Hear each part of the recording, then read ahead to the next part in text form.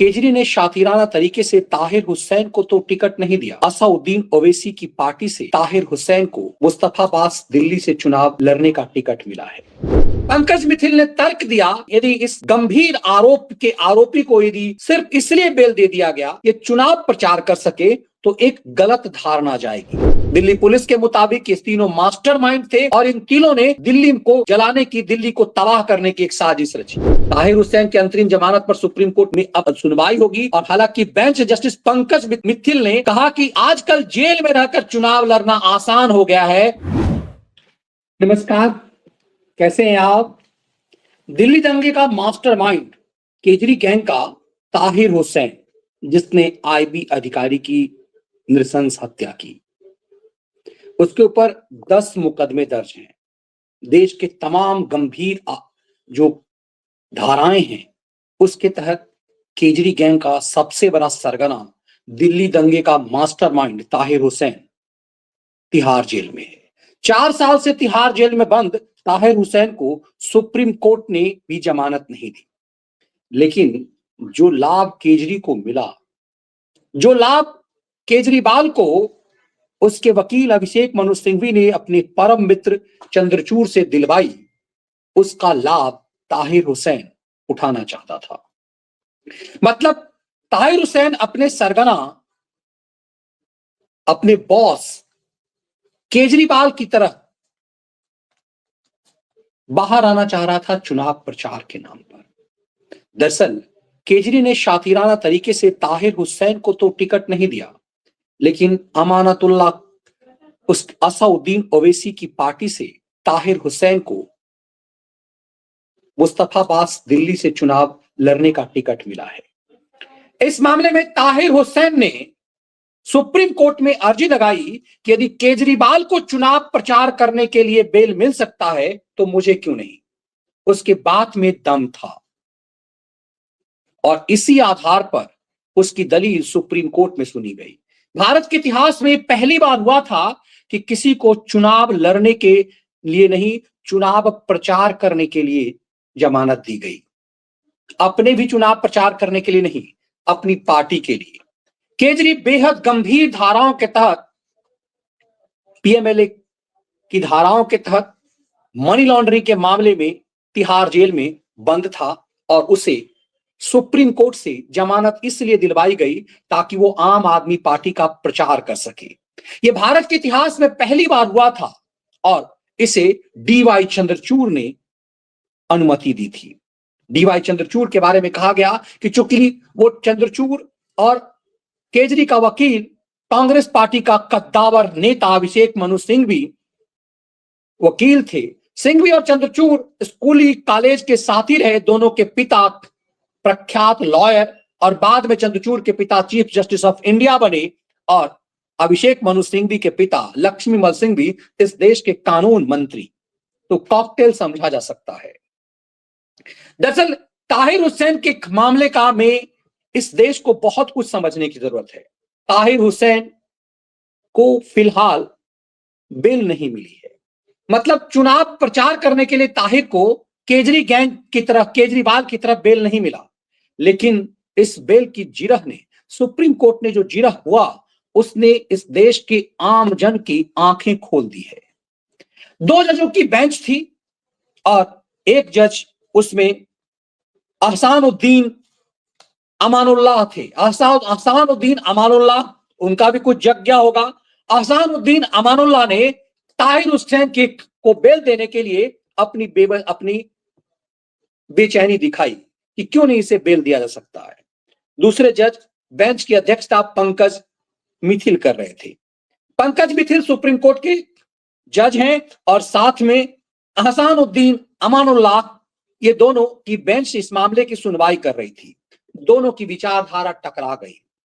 पंकज मिथिल ने तर्क दिया कि यदि इस गंभीर आरोप के आरोपी को यदि सिर्फ इसलिए बेल दे दिया गया क्योंकि ये चुनाव प्रचार कर सके तो एक गलत धारणा जाएगी। दरअसल वो चंद्रचूड़ के जजमेंट को काट रहे थे और जस्टिस मिथिल ने कहा कि यदि इस तरह की परंपरा चल गई तो हर कोई चुनाव लड़ेगा कुछ एक बहुत गंभीरता समझिए, पंकज मिथिल ने पूरी तरह से सुप्रीम कोर्ट में केजरी को दिए गए बेल के पीछे का षड्यंत्र को खोल करके रख दिया और पंकज मिथिल ने कहा कि चुनाव प्रचार करना मौलिक अधिकार नहीं आता, चुनाव लड़ना भी मौलिक अधिकार में नहीं आता।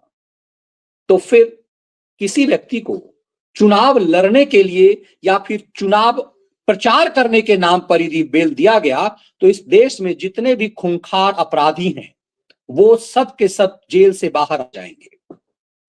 जस्टिस मिथिल के तर्क बहुत मजबूत थे। जस्टिस मिथिल ने कहा कि यदि यह परंपरा शुरू कर दी गई कि किसी भी को भी चुनाव प्रचार के नाम पर बेल दे दिया गया तो इस देश में जितने भी अपराधी हैं वो बेल पर बाहर आ जाएंगे और फिर वापस जल्दी नहीं जाएंगे। आमतौर पे यही होता है। पंकज मिथिल ने कहा कि इस देश में बहुत सारे अपराधी हैं जो पॉलिटिकल बैकग्राउंड से हैं और जो पॉलिटिकल बैकग्राउंड से नहीं भी हैं, उनके पास यदि धन है, पैसे है, तो प्रभावशाली वकील के माध्यम से वो कोर्ट पहुंचेंगे और फिर वो दलील देंगे कि हमें चुनाव प्रचार करना है। इस देश में हमेशा चुनाव का मौसम रहता है। ये बात सुप्रीम कोर्ट ने कहा। सुप्रीम कोर्ट ने कहा हमेशा कहीं ना कहीं चुनाव हो रहा होता है, कभी लोकसभा चुनाव, कभी विधानसभा चुनाव, कभी विधान परिषद का चुनाव, कभी पंचायत चुनाव, कभी मुखिया चुनाव। और इस तरह से जब देश में चुनावी मौसम होता है तो फिर कोई भी अपराधी बहुत आसानी से चुनाव प्रचार के नाम पर बाहर आएगा। कोई भी अपराधी चुनाव लड़ेगा और चुनाव लड़ने के नाम पर बाहर आ जाएगा। जस्टिस मिथिल के दलील बहुत मजबूत थे। जस्टिस मिथिल के दलील ने दरअसल चंद्रचूड़ के पूरे खेल का पोल खोल दिया और तब यह संदेह आम आदमी को जगने लगा कि क्या जस्टिस चंद्रचूड़ ने कानून को ताक पर रख दिया अपने मित्र के क्लाइंट को बाहर कराने के लिए। महंगे वकील इसीलिए होते हैं, इसीलिए किसी प्रभावशाली व्यक्ति को, किसी कपिल सिब्बल, अभिषेक मनु सिंघवी जैसे वकीलों की जरूरत होती है। उनके पास अथाह पैसा है और फिर सुप्रीम कोर्ट में वो सब कुछ सेट कर लेते हैं। भारत के इतिहास में ऐसा कभी नहीं हुआ कि कोई तिहाड़ किसी जेल में बंद कोई अंडर ट्रायल एक्यूज अपनी पॉलिटिकल पार्टी के प्रचार करने के लिए, अपने किसी साथी के प्रचार करने के लिए बेल पा गया हो। केजरी को ये मौज जस्टिस चंद्रचूड़ ने दिलाई। जब इसी आधार पर ताहिर हुसैन को बेल मांगा गया तो पंकज मिथिल ने इसका विरोध किया। जस्टिस मिथिल ने कहा कि ऐसा नहीं हो सकता, लेकिन सामने एक जज और थे। दो जजों की बेंच में जस्टिस अहसान उद्दीन अमानतुल्लाह भी थे। उनके अंदर भी दिल्ली दंगा जगा होगा। 4 साल पहले जब दिल्ली दंगा हुआ था, अब 5 साल होने जा रहे हैं जब दिल्ली में हिंदू विरोधी दंगे हुए थे, जब डोनाल्ड ट्रंप उस समय अमेरिका के राष्ट्रपति थे और भारत आने वाले थे, तो ताहिर हुसैन से ने एक बड़ी भूमिका निभाई टुकड़े टुकड़े गैंग के सरगनाओं के साथ।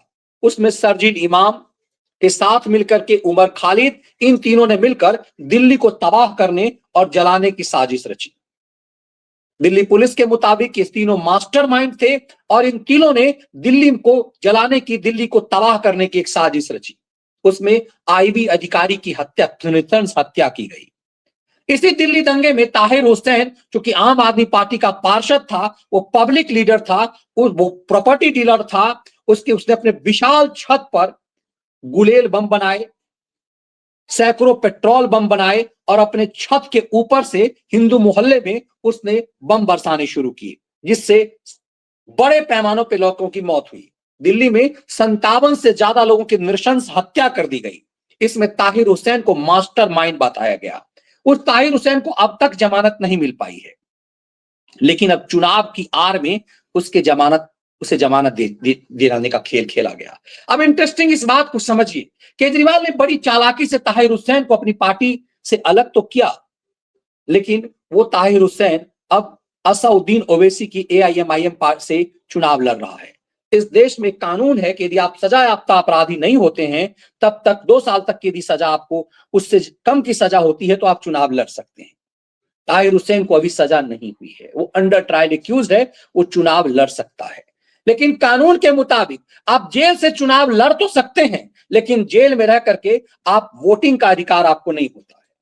आप अपने वोटिंग का अधिकार खो देते हैं। ताहिर हुसैन वो अधिकार खोया हुआ है और उसे वही अधिकार, एक अपराधी को एक वही अधिकार दिलाने के लिए बड़े से बड़े महंगे वकील जद्दोजहद कर रहे हैं। असाउद्दीन ओवैसी की पार्टी से, मुस्तफाबाद से वो चुनाव प्रचार कर सके, वो जहर घोल सके, इसकी तैयारी हो रही है। लेकिन इसमें दो जजों की बेंच में टकराहट हो गई है। एक जज अमानुल्लाह हैं। अमानुल्लाह साहब ने कहा कि जब केजरीवाल को बेल मिल सकती है तो ताहिर हुसैन को क्यों नहीं मिल सकती है। अमानुल्लाह की मालिक ये सच है, सेंटिमेंट भी उनका जग रहा होगा ताहिर हुसैन के लिए, तो उन्होंने इस जजमेंट के पूरी भूल को ही बदल दिया। ऐसे में जब जजमेंट पर टकराहट हुई तो ताहिर हुसैन को बेल तो नहीं मिल पाया, लेकिन ये मामला 3 जजों की बेंच के पास भेज दिया गया। ये मामला जस्टिस संजीव खन्ना के पास चला गया। संजीव खन्ना भारत के मुख्य न्यायाधीश हैं और 3 जजों की अब वो बेंच गठित करेंगे और ताहिर हुसैन के लिए फिर से हियरिंग होगी, फिर से वकीलों के दिन सुधरेंगे और इस मामले पर देश का आम आदमी बस निहारता रह जाएगा कि क्या उसके लिए भी इसी ढंग के इंसाफ होंगे।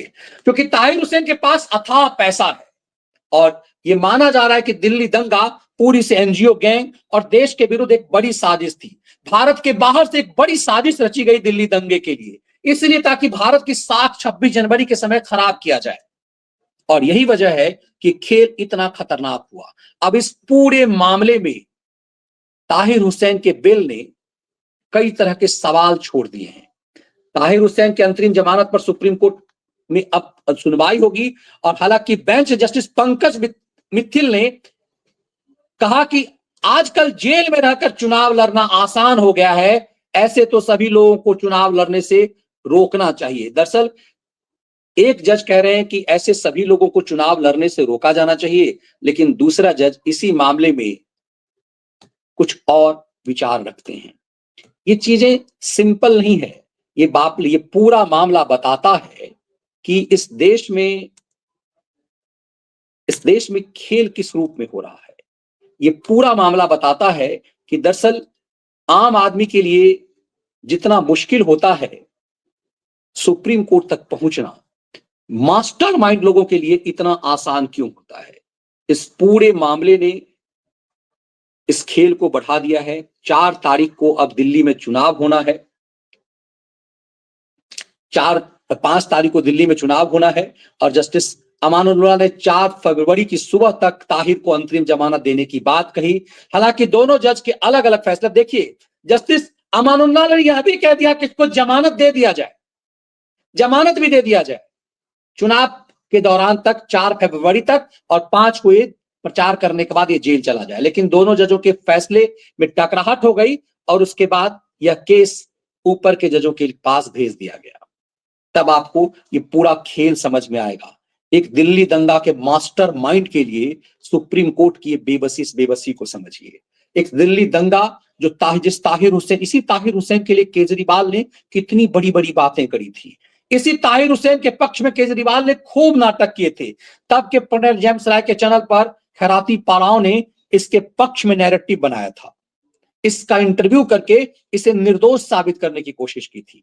लेकिन दिल्ली पुलिस ने इसके पक्ष में जो साक्ष्य और सबूत पेश किए वो चौंकाने वाले थे कि किस तरह ये मास्टरमाइंड था, किस तरह इसके लिए फंडिंग हुई, किस तरह इसने शरजील इमाम और उमर खालिद के साथ मीटिंग कर दिल्ली को बर्बाद करने की साजिश रची, जिसमें 57 लोग मारे गए। ये सब सीएए के खिलाफ को लेकर के जो शाहीन साजिश हुई थी, उसी शाहीन साजिश के बाद की कड़ी थी। लेकिन महत्वपूर्ण ये है कि 2 चीजें टकरा रही है। क्या केजरीवाल को यदि जमानत मिल सकती है तो ताहिर हुसैन को क्यों नहीं? और यदि ताहिर हुसैन को जमानत मिल गई चुनाव प्रचार करने के लिए, तो ये कौन सी परंपरा शुरू हो गई होगी? दरअसल जो कांड जस्टिस चंद्रचूड़ करके चले गए हैं उस पर विराम लगाने की जरूरत है। इसीलिए जस्टिस पंकज ने इस बात को लेकर के बहुत मजबूती से कहा कि ये परंपरा शुरू हो जाएगी। यदि ये परंपरा शुरू हो गई अपराधियों को इस तरह से चुनाव प्रचार के नाम पर बेल देने का, तो इस देश की जेलों में तमाम अपराधी बाहर आ जाएंगे चुनाव प्रचार के नाम पर, क्योंकि देश में हर सीजन में चुनाव प्रचार चल रहा होता है। ये बहुत गंभीर विषय है। मुझे लगता है कि इस पूरे मामले को इस देश की संसद तक में जिरह की जरूरत है और इस देश के सुप्रीम कोर्ट को भी अपनी साख बचाने के लिए चंद्रचूड़ और सिंघवी के गठजोड़ से वो उस फैसले को लेकर के भी एक बार मनन करने की जरूरत है। इस वीडियो विश्लेषण के कंटेंट यदि आपको पसंद आए तो इसे लाइक और शेयर जरूर कीजिए ताकि बात दूर तलक जाए। जय हिंद।